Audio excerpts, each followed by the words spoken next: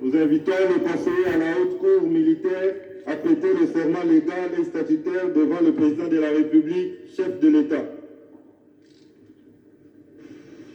Je jure devant Dieu et la nation, obéissance à la Constitution et aux lois de la République, et de remplir loyalement et fidèlement les fonctions qui me sont confiées.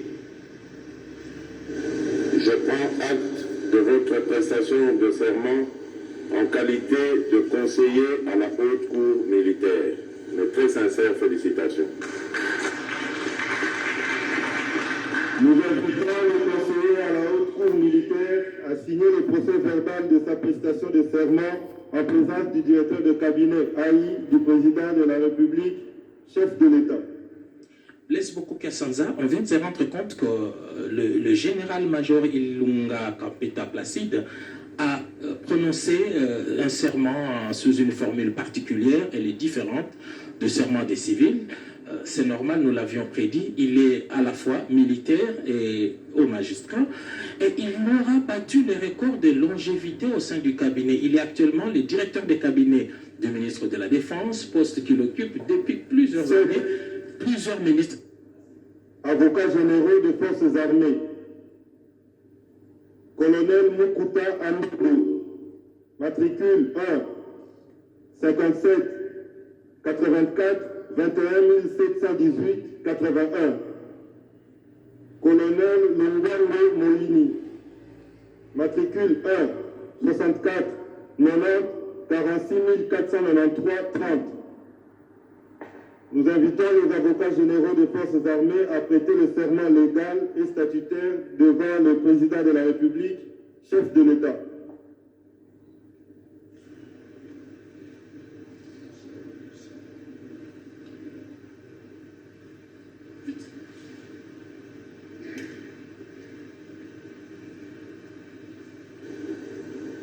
Je jure devant Dieu et la nation, obéissance à la Constitution et aux lois de la République, et de remplir loyalement et fidèlement les fonctions qui me sont confiées.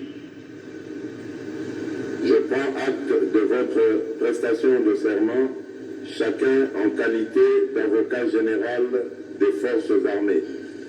Mes très sincères félicitations. Nous invitons les avocats généraux des forces armées à signer le procès verbal de leur prestation de serment en présence du directeur de cabinet AI du président de la République, chef de l'État.